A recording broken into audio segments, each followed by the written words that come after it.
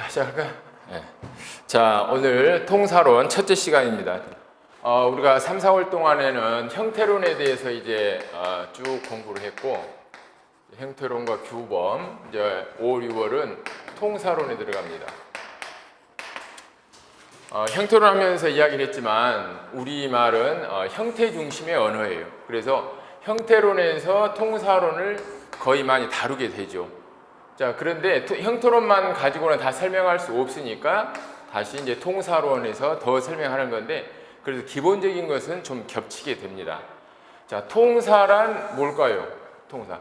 형태 그러면은 이것은 다른 것들과의 그런 관계보다는 그 자체의 어떤 기능이나 의미 이런 것들이 중요하게 생각되는 거고, 통사론 그러면은 이것은 관계의 중심의 그런 문법 기능을 우리가 학습하는 겁니다. 자, 통 그러면은 이 통자가 다스리다, 통솔하다 뭐 그런 의미가 되죠. 자, 통솔한다, 다스린다 그러면은 이것은 제 혼자의 그런 기능은 아니죠. 다른 요소들과의 그런 관계가 중요하죠.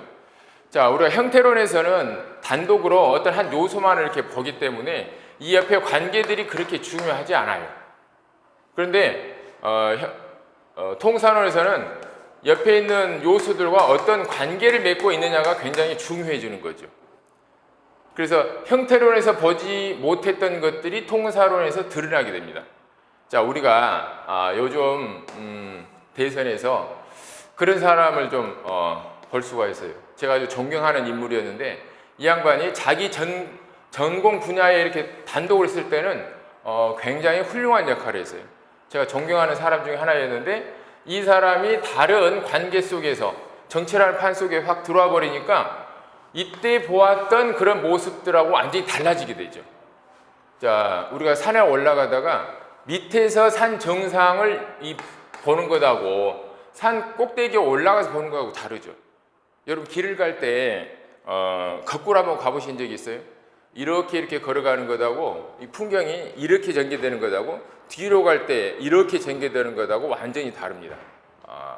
어떻게 바라보느냐에 따라 달라지죠. 옛날 그 웹툰 송곳이라는 웹툰에서 그런 아주 멋진 말이 나왔는데, 자, 사람은 서는 위치에 따라서, 있는 위치에 따라서 풍경도 달라 보인다, 그런 말이 있는데, 자, 자기가 어떤 위치에 있느냐가 굉장히 중요해요. 통사론에서 그래서 우리가 아주 많이 접하는 것 중에 부사격조사, 그 다음에 부사형 어미, 개가 있는데, 얘네들 형태론에서 얘는 새로운 낱말을 만드는 거니까 부사 파생의 접사야. 그런데 통사론으로 들어와 버리면 이게 부사절을 만드는 역할도 한단 말이죠. 자, 그러니까 형태론에서는 설명할 수 없는 것들이 통사론에서는 생기게 돼요. 새로운 모습들이 드러나게 되는 거죠. 자, 그래서 나는 이번 대선을 통해서 내가 존경하는 인물을 한 사람을 잃어버렸어요. 그 사람이 혼자 있을 때는 아주 멋진 인물이었는데, 정치라는 새로운 판 속에서 다른 사람과 관계 속에서 행동하는 걸 보고 저런 숨겨진 면이 또 있었구나, 이런 생각이 들었습니다. 자, 통사론은 우리가 형태론에서 배우지 못했던 것, 다른 요소들과 맺는 관계 속에서 그 요소들이 어떤 역할을 하는가, 그것들을 우리가 학습하는 겁니다. 그래서 우리 시야를 조금 더 넓힐 필요가 있어요. 자, 그래서 이 통사론의 맨 처음이 지금 문장의 성분부터 시작합니다. 이 문장 하나가 형태소, 또 단어, 구절 하나가 단독으로 있을 때뿐만 아니라 이제 다른 것과 맺는 관계 속에서 어떤 역할을 하느냐, 어떤 기능을 하느냐, 이것을 살펴봅니다. 자, 먼저 문장 성분 종류를 보면은 문장에서 얘가 어떤 역할을 하느냐 이거죠. 우리가 문장 성분을 크게 이제 7개로 나누죠. 7개로 나누는데 7개를 주성분, 그 다음에 부속성분, 독립성분, 자, 이렇게 세 개로 크게 나누는데 일단 이 말부터가 별로 기분이 좋지 않아요. 왜냐하면 주성분 그러면은 주된 성분이다. 그래서 이것을 다른 말로 필수성분 그래요. 필수성분. 꼭 필수적으로 있어야 돼요. 근데 부속성분 그러면은 얘는 좀 있어도 그만 없어도 그만 뭐 이런 의미가 돼버리죠. 그래서 이걸 수의성분. 자, 이것은 이제 독립성분은 그대로 독립성분 이러는데, 자, 주성분을 필수성분이라고 하고 부속성분을 수의성분이라고 해서 주성분에는 주어, 서술어,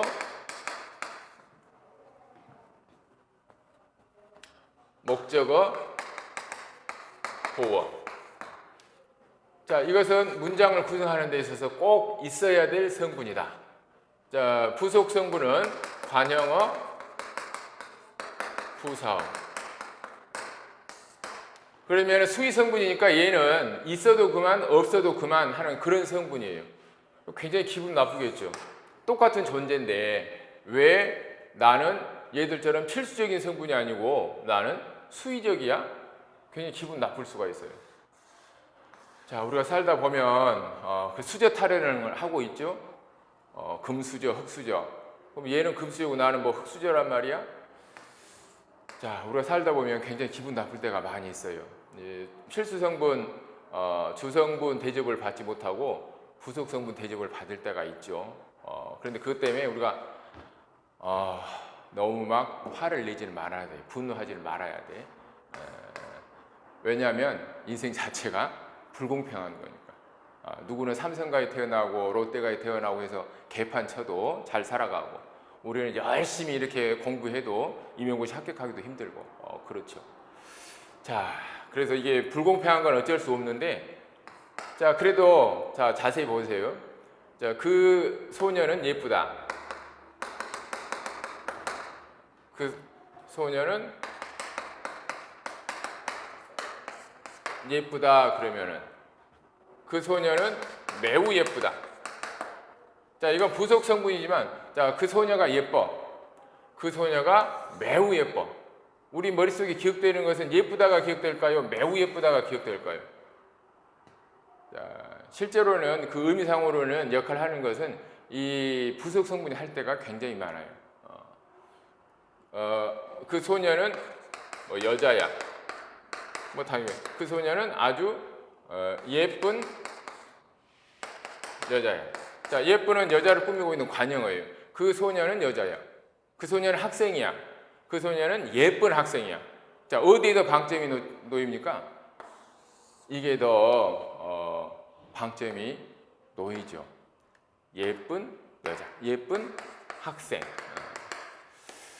자, 그러니까 우리가 이제 주성분, 부속성분 이렇게 나누는 것은 문장을 이루는데, 문장을 구성하는데 이게 꼭 있어야 되느냐, 없어야 되느냐, 이런 의미로 이해할 수가 있어요. 뭐 금수를 갖고 태어났든 흑수를 갖고 태어났든 다 중요한 존재죠. 자, 부속성분이 문장 구성을 이루는데 구성에 있어서는 중요하지 않을지 몰라도 의미에 있어서는 여전히 중요한 역할을 한다는 거죠. 자, 그리고 이제 독립성분은 독립어. 자, 7개인데, 자, 여기에서 형태론에서 배웠던 걸 하나 복습해 봅시다. 문장 성분 7개가 앞에 우리 형태론에서 배웠던 무엇과 일치합니까? 문장 성분 7개. 자, 형태론에서 배웠던 이 격조사의 종류와 일치합니다. 격조사. 그래서 문장 성분 7개를 말할 수 있다면 격조사 7개를 말할 수 있어요.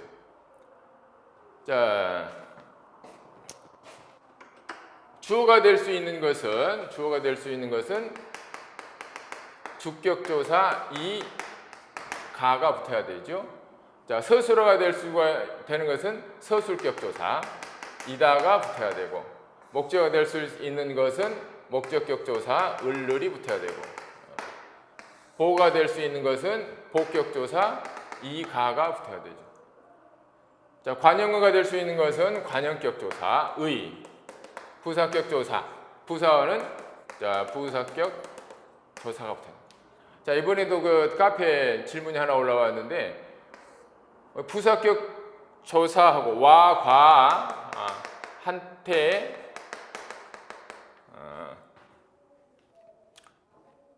비교, 보다와 같은 이런 비교를 나타내는 것들이 이게 부사격 조사입니까? 보조사입니까?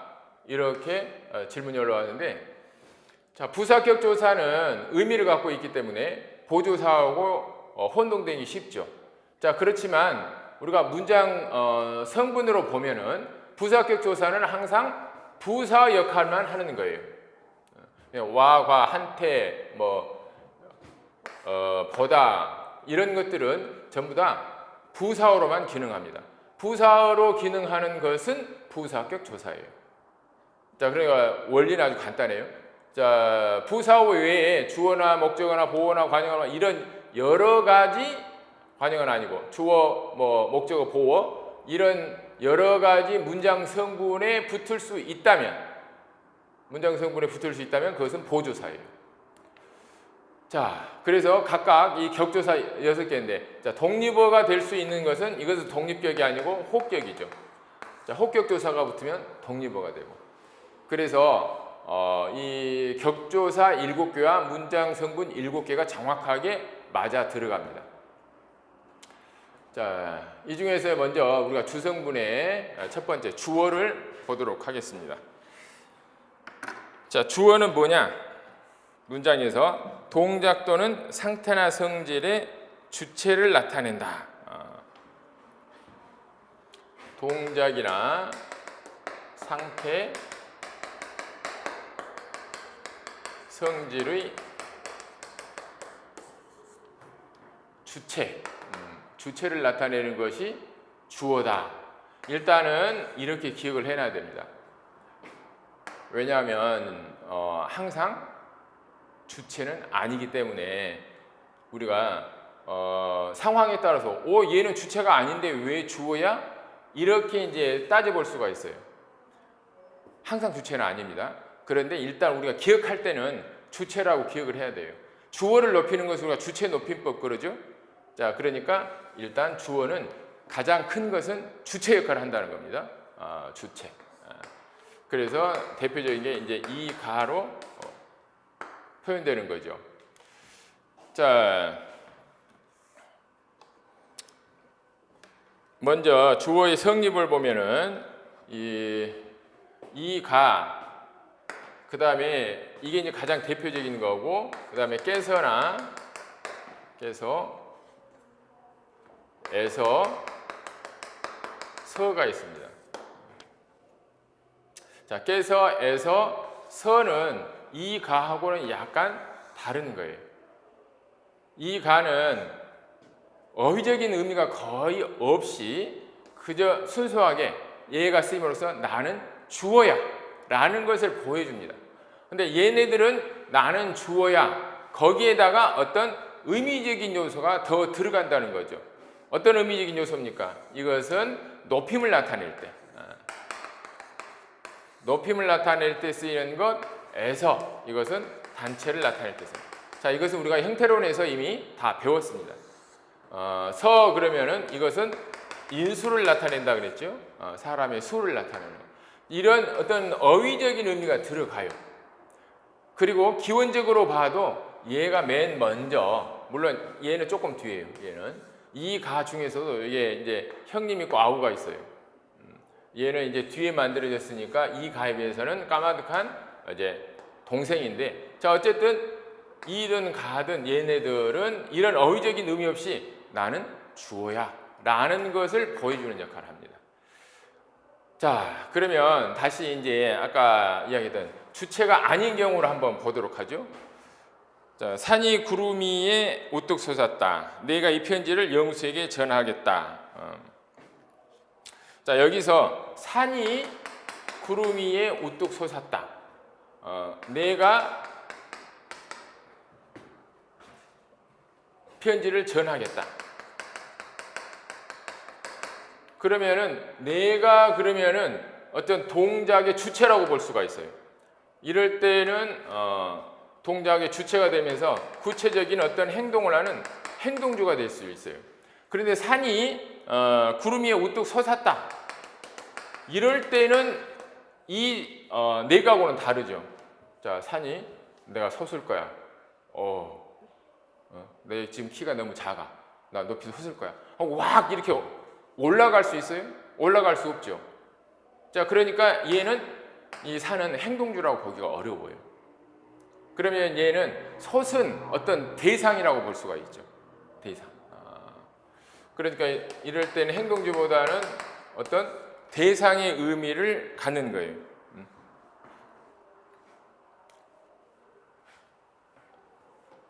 자, 이 행동주의 의미, 대상의 의미, 그 외에도 어떤 경험주의 의미. 자, 철수가 선생님께 혼났어. 자, 선생님께 혼났다. 자, 이럴 때는 행동주보다는 대상이 더 가깝죠. 철수가 지가 막 자발적으로 선생님 나 혼내주세요 해가지고 막 뒤지게 맞습니까? 자, 그럴 수 없죠. 자, 그러니까 이럴 때는 행동주는 아니에요. 선생님이 일부러 막 혼을 냈으니까 대상에 가까운데 이럴 때는 어떤 것을 경험하는 경험주가 되는 거죠.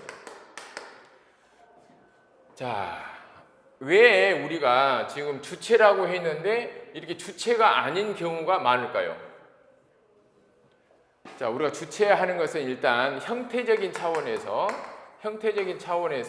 이 가를 가장 쉽게 정의할 수 있기 때문에 그런 겁니다. 우리가 이제 형태와 의미 사이에서 늘 고민을 하게 돼요. 아까도 봤지만 이 접사 이가 형태로 중심으로 딱 보면 얘는 거의 다 접사 역할을 합니다. 그런데 문장의 기능으로 딱 들으면 얘가 어미의 기능을 할 때가 있죠.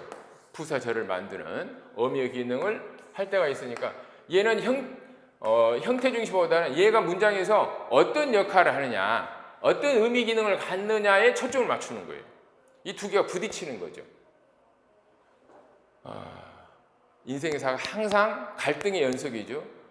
지금쯤 되면 여러분들도 이제 막 고민할 때가 많을 거예요. 내가 이것을 계속 공부를 해서 임용고시를 봐야 되나, 아니면 딴 길을 찾아야 되나. 두 가지. 항상 두 가지가 이렇게 막 갈등을 불러일으키죠. 하나만 쭉 이렇게 가면은 좋을 텐데 그럴 수가 없어요. 근데 또 인생사가 그냥 하나만 쫙 간다면 그것도 재미없죠. 항상 이게 부딪히면서 갈등하면서 이리저리 방향을 틀고 그러다가 이제 앞으로 나가는 거예요. 문법도 똑같아요. 왜냐하면 이 문법이 우리가 쓰는 말이니까. 우리의 인생하고 아주 닮아 있어요. 자, 그래서 이 주격조사 이 가도 그냥 주체 그러면 좋을 텐데 이 문장 안에서 형태가 아니라 이 문장 안에서 얘가 어떤 기능을 하느냐 이렇게 따지고 보면은 의미를 따지지 않을 수가 없어요. 그래서 지금 우리가 동작, 행동주, 경험주, 대상 이렇게 나누는 것을 이런 것을 우리가 이제 의미격이라 그럽니다. 의미격. 이것은 형태론에서는 우리가 공부할 수 없는 거예요. 통사론에서 다른 요소들과 맺는 관계 속에서 드러나는 것들이죠. 자, 그래서 여기에서 이제 시험 문제에서 깊이 들어가지는 않지만 이런 개념은 반드시 갖고 있어야 돼요. 형태 중심에서 이건 주체다 그러지만 의미로 들어가면은 조사 이 주격 조사가 반드시 주체인 경우는 아니고 대상을 나타내거나 어떤 경험들을 나타내는 그런 의미격을 가지고 있다. 여기까지만 우리가 기억을 해놔야 됩니다. 자, 그래서 주어가 되는 것은 체연, 산, 명사, 나, 대명사, 셋, 수사 이런 것에 이 가가 붙어서 주어가 됩니다. 그 다음에 체연구시를 하는 구나 절. 자, 그러니까 체연 하나, 그 다음에 구, 절이 그대로 주어가 될 수 있다는 거죠. 저 두 사람이 어제도 우리를 도와줬다. 저렇게 아름다운 물건이, 자, 저렇게 아름다운 물건. 저렇게 아름다우니 물건을 꾸미고 있죠. 자, 그런데 잠깐 생각해 보면 이게 지금 우리가 명사 구가 되는데 명사 구를 이루고 구를 만드는 이 관형어는 관형절이라는 걸 알 수가 있어요. 물건이 저렇게 아름답다죠. 관형절. 우리가 흔히 단어, 구, 절 이렇게 계층 관계를 갖고 있다는 걸 알고 있는데, 자, 여기서 보면은 구 안에 절이 있어요. 구 안에. 그러니까 어쨌든 이 물건을 꾸미는 게 이 관형어인데 이 관형어가 절이라는 거죠. 자, 그래서 약간 모순적인 그런 계층 관계가 형성이 돼요. 단어 구 절인데 다시 구 안에 구를 안에 절이 있게 된다는 거죠. 자, 그런데 이걸 어떻게 설명할 방법이 없으니까 우리는 일단 이런 계층 관계를 인정을 하지만 구 안에 다시 절이 들어갈 수 있다. 자, 그렇게 우리가 이해를 해야 됩니다. 자유를 지키고 정의를 세우기 위하여 싸운 젊은이들이, 자, 젊은이를 꾸미고 있는 게 또 관형절이죠. 자, 그 다음에 명사절이 그대로 이제 주어가 되는 경우 우리 편이 승리했음이 분명하다. 자, 명사절이 그대로 주어가 되는 경우 이것은 이제 음이나 기에 의한 거죠. 지구와 둥글기가 공과 같다. 자, 그 다음에 이제부터 무엇을 할 것인가? 이제부터 무엇을 할 것인가가 문제다. 자, 할 것인가? 이게 완벽한 하나의 문장이에요. 문장이 그대로 주어로 쓸 수가 있는 거죠. 늙다가 동사인가 형사인가? 그래서 이것을 뭘로 볼 거냐? 이 문장을 이것은 인용하는 말이니까 절로 따진다면 인용절이 제일 가깝습니다. 늙다가 동사인가 형사인가? 자, 인용하는 말. 자, 그러면은 우리가 이제 형태론에서 했던 것들을 다시 한번 좀 복습하면서 보도록 하겠습니다. 주격조사.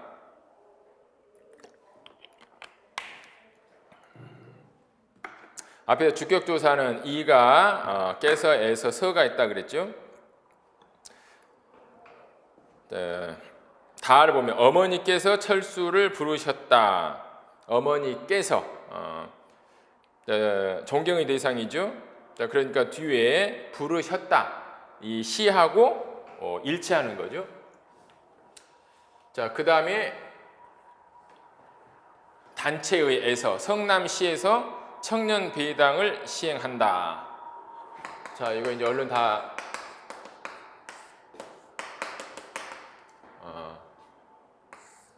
전국적으로 퍼져야 되는데, 자, 성남시에서 청년 배당을 시행한다. 이럴 때 이 에서는 성남시라는 그런 단체를 나타낼 때 쓰이는 거죠. 자, 여기서 이 에서는 단체이긴 하지만은 조건이 있어요. 반드시 무정명사여야 한다는 거예요. 무정명사. 그래서 성남시 이건 괜찮지만 이 단체가 이에 나를 한번 보세요. 학생의 임원들에서 매일 아침 학교 앞에 교통 정리를 합니다. 자, 학생회에서 그러면 괜찮아요. 자, 이건 무정명사니까 학생회에서 교통 정리를 합니다. 그러면 괜찮은데 학생의 임원들에서 임원이라고 유정명사가 돼버리면 이때는 비문이 돼버리죠. 자, 그래서 단체를 가리키지만 무정명사여야 된다라는 그런 조건이 있어요. 자, 그 다음에 이 상태를 나타내는 말일 때 이때는 잘 쓰이지 않아요. 내가 보기에는 우리 반에서 가장 깨끗해요. 자, 우리 반이 가장 깨끗해요. 이건 괜찮죠? 자, 우리 반이. 그런데 단체를 나타내는 거니까 에서를 써도 돼 하고 우리 반에서 깨끗해요. 그러면은 안 된다는 거죠. 자, 이럴 때는 비문이 돼요. 상태를 돼. 저 축구팀이 가장 훌륭하다. 이래야 되는데 저 축구팀에서 가장 참 훌륭하다. 이래 버리면 안 되는 거죠. 자, 왜 이런 제약이 생길까요? 원래 이 에서가 부수합격 조사이기 때문에 그럴 것이다. 그러니까 에서는 주격 조사로도 쓰이지만 주로 부수합격 조사로 쓰이죠. 자, 그래서 애초에 이 부수합격 조사로 쓰일 때 에서가 어떤 장소를 나타내는 거죠. 장소, 처소를 나타내는 거예요. 자, 그러니까 이것은 어떤 유정성하고는 좀 거리가 멀죠. 자, 그래서 이런 제약이 생긴 것이다. 이렇게 보는 거죠. 자, 그 다음에 셋이서 길을 떠났다. 그랬을 때 이 셋이 길을 떠났다. 셋이 서. 자, 이 셋 하면 하나, 둘, 셋 수사가 되는데 이 이가 붙음으로써 사람 수를 가리키는 거예요. 자, 그래서 셋 하는 것보다 셋이 그러면은 사람 셋이다. 다른 것도 아니고 뭐 사람 셋 인수를 가리키는 거죠. 사람의 수. 자, 여기에 서가 붙는다는 거예요. 서가 붙어서. 자, 인수에 붙는 그런 주격 조사예요. 자, 그런데 이 서는 사람 수를 나타내지만 약간의 의미를 덧붙여줘요. 그게 이제 여동성이라 함께한다. 셋이서 길을 떠났다 그러면은 이 세 사람이 각각 길을 떠나는 것을 해석하기 불가능해요. 셋이서 함께. 자, 우리 둘이서 그 일을 하자. 자, 둘이서 하자. 그럼 둘이 함께 하는 거예요. 함께. 그래서 여동성 또는 뭐 함께함 이런 의미를 가진다고 볼 수가 있어요.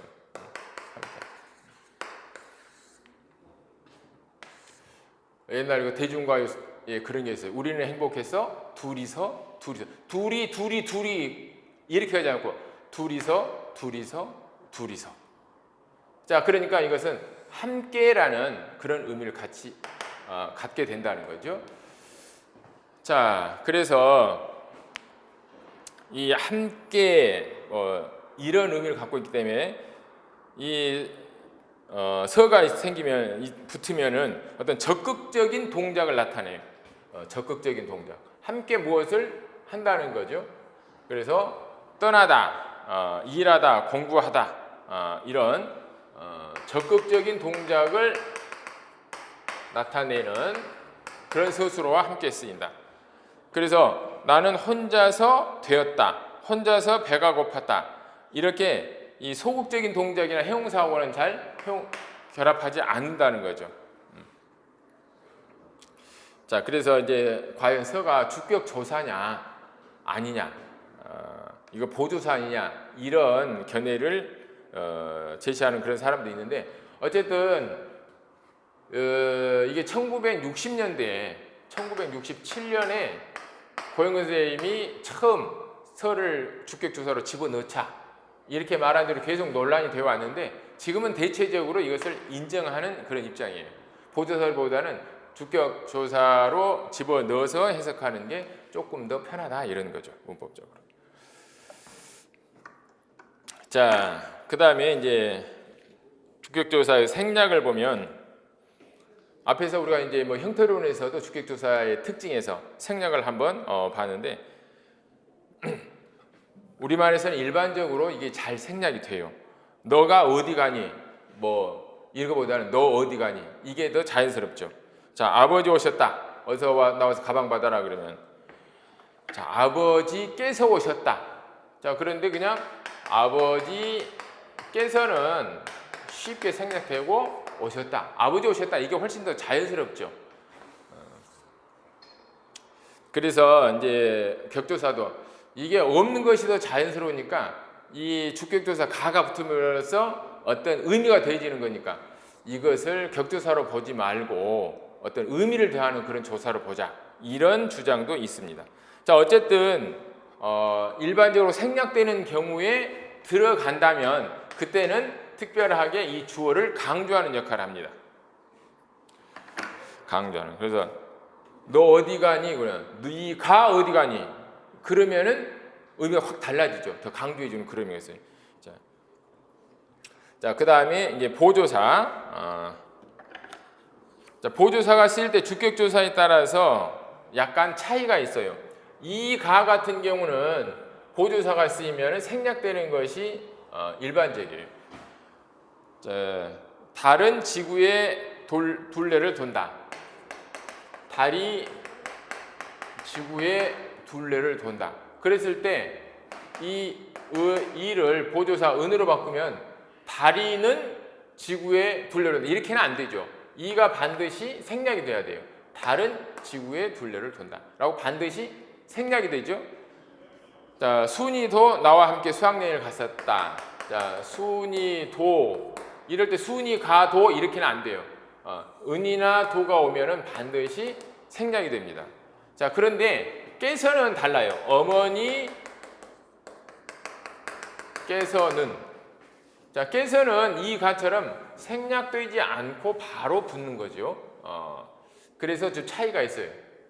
자, 앞에서 우리가 이 깨서나 에서나 서가 어떤 의미를 더해준다고 했는데 그런 요소이기 때문에 그래요. 의미를 더해주기 때문에 빠지면은 이상한 거죠. 원래 의미가 이제 빠지게 되니까.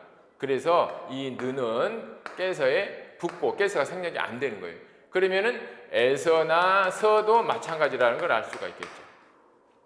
자, 그런데 이 가라고 해서 항상 그런 건 아니고 이 만 같은 경우에는 주격조사 이 뒤에도 붙을 수가 있습니다. 뒤에 보겠지만 을도 마찬가지인데 이 을이나 를 같은 목적격 조사도 이 은이나 도가 오면은 생략이 되는데 만은 붙을 수가 있어요. 자, 너만이 진정한 내 친구야. 그럴 때는 많이 붙을 수 있어요. 자, 너만을 사랑해. 자, 그래서 만은 이런 이나 을에서도 생략되지 않지만 이 도나 은은 이나 을과 같이 쓸 수가 없다는 거죠. 반드시 생략시켜 버립니다. 자,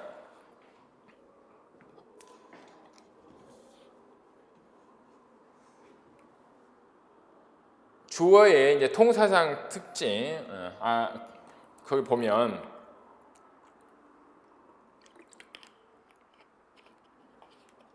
그 후에 하나, 에서도 마찬가지. 우리가 이제 깨서만 갖고 예를 들었는데,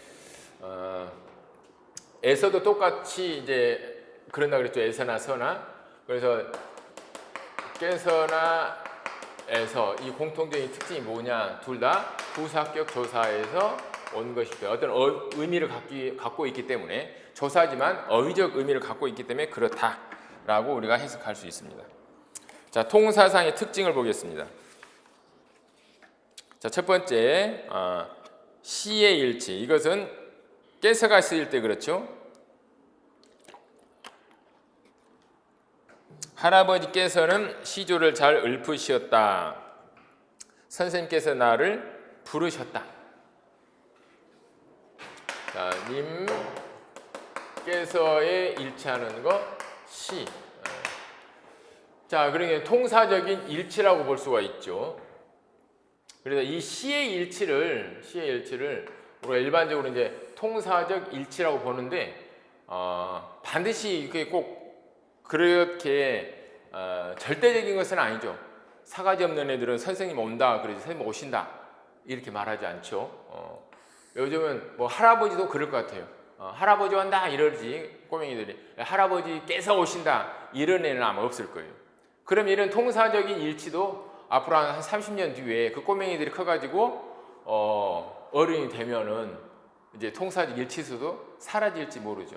단지 화용론적인 그런 요소가 될지도 몰라요. 자, 그렇지만 어쨌든 우리는 아직까지는 이 시가 통사적인 일치 현상이다. 그렇게 알아야 됩니다.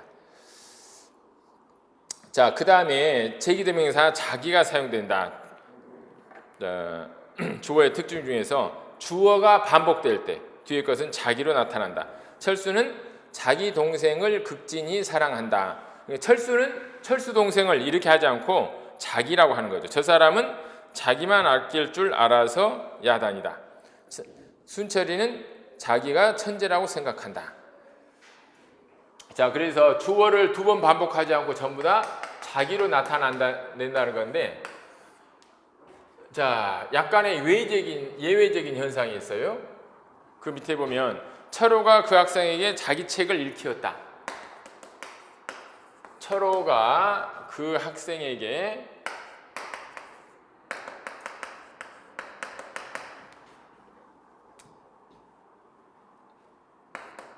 자기 책을 일키웠다. 자, 이 문장을 보면 이 자기가 일단은 주어, 철호가 그 학생에게 철호 책을 일키웠다. 이렇게 볼 수가 있어요.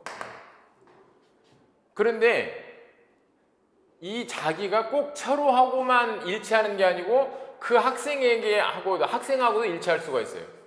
철호가 그 학생에게 그 학생의 책을 일키웠다. 이렇게도 해석할 수가 있죠. 자, 그래서 주어에 일치하는 게 아니라 이럴 때는 부사어에 일치한다고 볼 수가 있어요. 왜 이런 현상이 생기느냐? 원래 속구조에서 이것은 그 학생이 책을 읽었다예요. 그 학생이 책을 읽었다.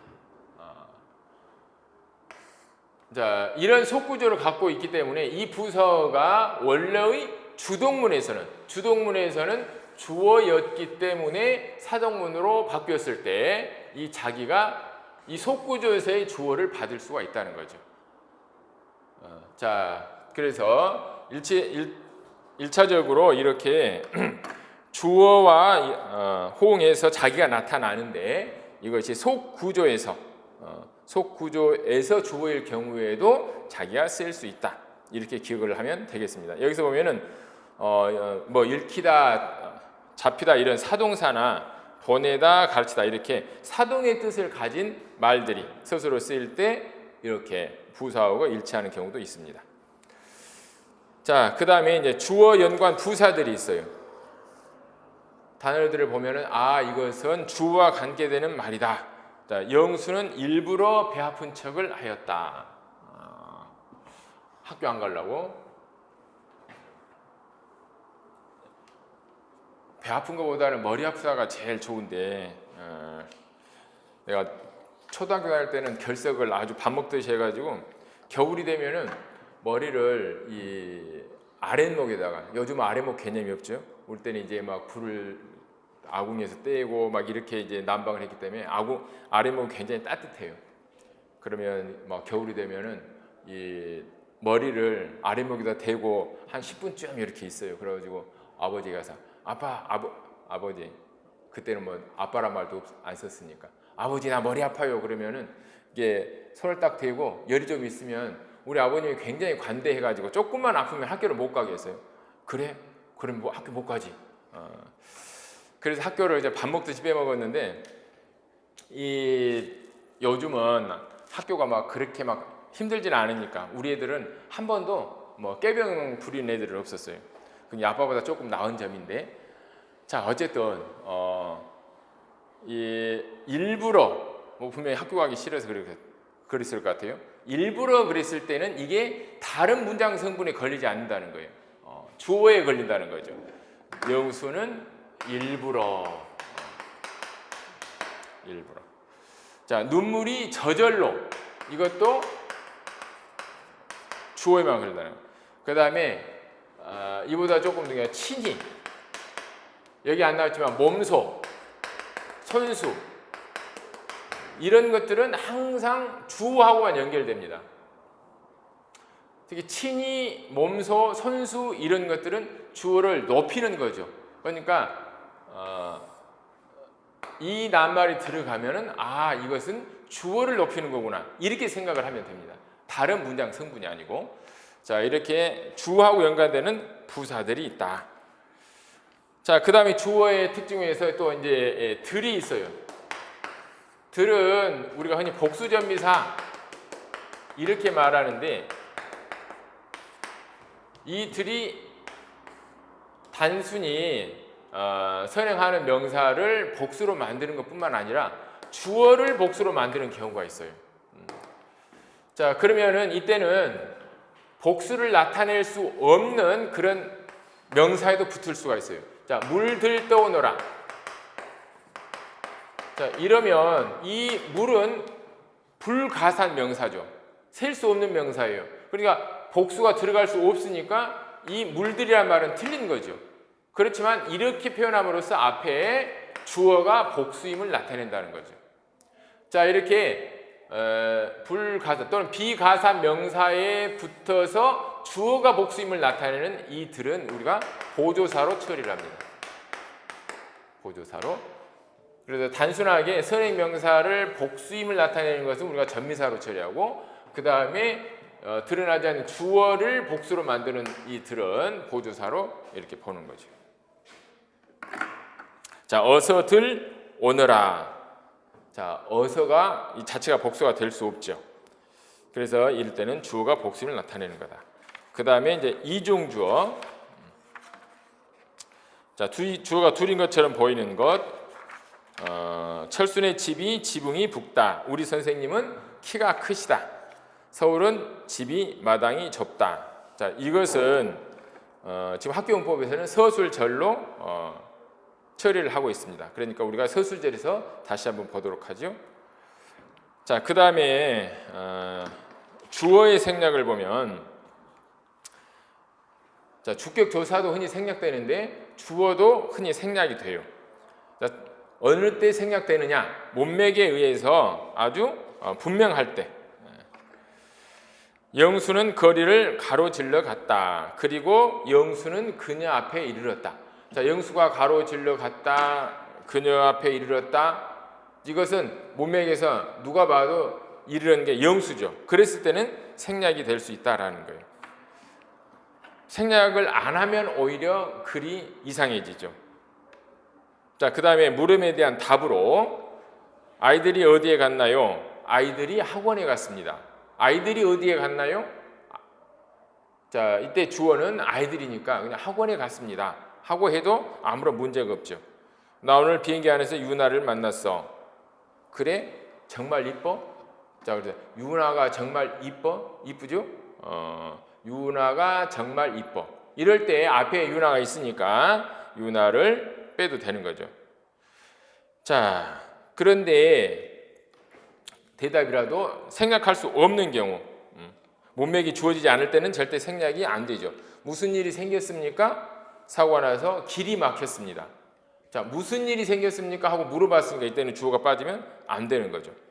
자, 그 다음에 우리말 특징으로 주어가 잘 드러나지 않는 경우가 있어요. 자, 도둑이야 그러면은 도둑이야, 누가 도둑이야, 무엇이 도둑이야, 이렇게 우리가 새로운 문장을 만들 수가 없죠.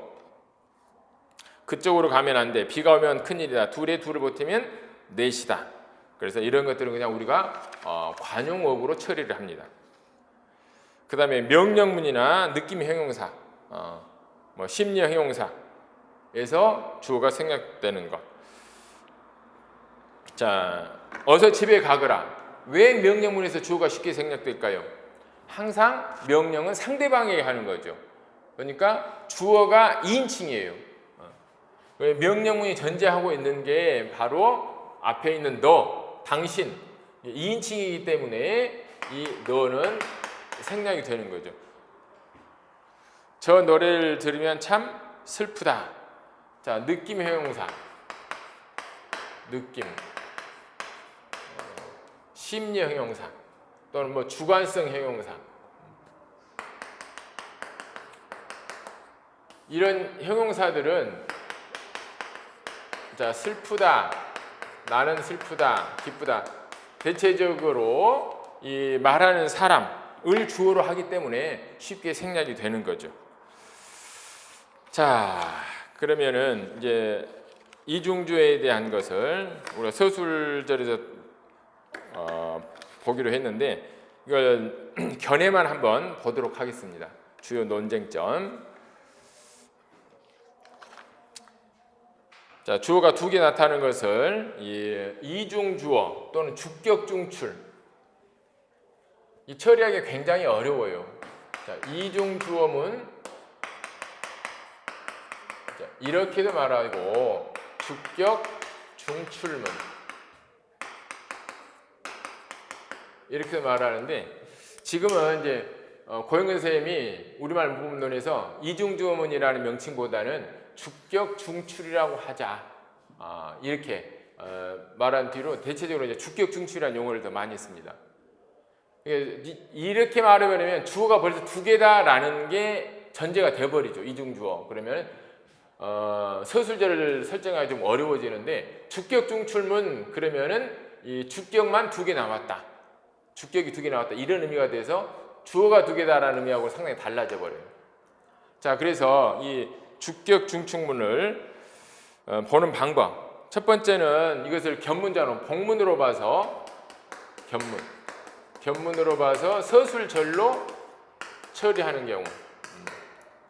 자, 그 다음에 대주어와 소주어로 처리하는 방법. 그 다음에 주제와 주어로 처리하는 방법. 앞에 있는 주어를 그냥 주제로 처리하는 그런 방법. 그 다음에 강조를 나타내는 초점 기능으로 처리하는 방법. 각각 장단점이 있어요. 장단점이 있는데, 일단 우리가 학교문법에서는 서술절로 처리를 합니다. 자, 그런데 서술절로 처리를 하면은 이 서술어가 하나밖에 없다는 거. 그러니까 다른 안긴 절에서는 안긴 문의 서술어, 아는 문의 서술어 두 개가 이렇게 나오게 돼 있는데, 이 서술절에서는 서술어가 하나밖에 없어요. 서술절에 있는 서술어가 전체 이제 서술어로 이렇게 쓰이는 거죠. 자, 그래서 그런 문제들, 그 외에도 이제 표지가 없다는 거, 절표지. 다른 안긴문들은 모두 표지가 있는데 표지가 없다는 거, 서술절임을 나타내는 표지가 없다는 거. 그 다음에 이 절 사이를 이동할 수 있다는 거. 대체적으로 이 아는 문의 요소는 안긴 문 속으로 들어갈 수가 없습니다. 이동이 안 돼요. 그런데 서술절은 막 들어가 버리거든. 자, 그래서 서술절이라는 게 굉장히 문제가 많은데, 지금 학교문법에서 이 서술절을 택하고 있는 것은 그래도 얘네들이 해결할 수 없는 문제들을 해결할 수 있기 때문에 그런 거죠. 자, 그 다음에 이제 대주어와 소주어로 이렇게 보는 방법은, 이게 가장 이제 전통문법에서 일반적으로 처리했던 건데, 이 어떤 것이 대주어고 어떤 것이 소주어가 되느냐, 이런 관계를 설정하기가 되게 어렵다는 거예요. 그리고 왜 이렇게 주어가 두 개가 나와야 되느냐, 이런 것들을 설명하기가 어려워서 그 한계 때문에 학교문법에서는 택하지 않는 거고. 자, 그 다음에 이제 주제를 갖다가 설정하는 경우에는 맨 앞에 걸 주제로 봐버리면 이게 이제 처리하기는 편한데, 어떤 문제가 생기냐면 통사론과 화형론이 같은 층에 존재해 버린다는 거예요. 이 주제에, 그러면 이건 통사론의 그런 통사론에 다룰 것은 아닙니다. 토픽은 화용론에서 다룰 거지. 자, 그래서 그게 가장 큰 문제가 돼요. 화용론적인 요소가 통사론에 들어와 버린다는 거. 그러면은 이 통사론 전체 체계가 다 깨지게 돼요. 그래서 이것을 선택하는데 어려움이 있고, 자, 강조하거나 초점을 나타내는 그런 보조사적인 그런 기능으로 보자. 그러면은 주격조사가 이 가가 보조사도 되고 주격조사도 되고, 이런 문제가 생겨버린다는 거죠. 자, 그래서 각각 좋은 점은 있는데, 나는 이제 개인적으로는 이 주격조사 이 가를 보조사적인 기능이 있는 것으로 봐서 이거 둘 중에 하나를 보조사로 처리해버리면 훨씬 더 간편하겠다, 이런 생각을 합니다. 이광규 선생도 이제 대체로 그런 견해인데 그런 견해를 가진 학자들도 꽤 많이 있어요. 자, 그렇게 되면은 이제 문법 체계 전체가 또 바뀌어지겠죠. 자, 탐구학습 보겠습니다. 다음 예로 주어를 탐구해 보자. 자, 정부에서 실직자들 위한 적절한 대책을 마련 중이다. 자, 그래서 이 정부에서 단체에 붙는 주격 조사죠. 여기서 이제 철수가 등산을 좋아한다. 철수는 등산을 좋아한다. 철수만이 선생님께서 자, 여러 가지 그 주격 조사들이 쓰이고 는이 쓰일 때는 이제 주격 조사 가가 생략이 되고 이런 예들이죠. 자, 그런데 이제 이 선생님께서 그래서 주격 조사 이 가가 결합하지 않는 성분 전부 다 이제 주어인데 이 에서가 붙은 것은 이제 단체 주격이다. 그래서 이것을 학계에서는 정부에서 실직자들을 위한 그러면은 그래서 우리가 정부에서 공무원들이 이 실제 주어가 생략이 되고 이 정부에서를 부사격 조사로 보자 생략된 것으로 보고 자 그런 주장도 있지만 일단 학교 문부에서는 받아들이지 않는다는 거예요. 자 이런 걸 가정할 수는 있지만 에서가 쓰인 문장들을 모두 다 이렇게 해석할 수는 없어요. 자 그래서 에서를 부사격 조사로 보지 않고 단체를 나타내는 주격 조사로 본다. 자 그걸 이제 비상교육에서 다시 한번 보면 비상교육 탐구학습 문제 두 문장을 바탕으로 에서를 주격조사로 처리하지 않는 이유와 주격조사로 처리할 수 있는 가능성에 대해서 탐구해보자. 자, 주격조사로 처리하지 않는 이유는 브라질에서 브라질 국가가 뭐 하는 식으로 중간에 생략된 주어를 놓는다고 가정하면 이 에서를 브라질 에서를 주어로 주격조사로 보지 않을 수 있어요. 자, 그럼 브라질에서 2014년 월드컵을 개최합니다. 그랬을 때는 이건 주격조사로 쓰인 거죠.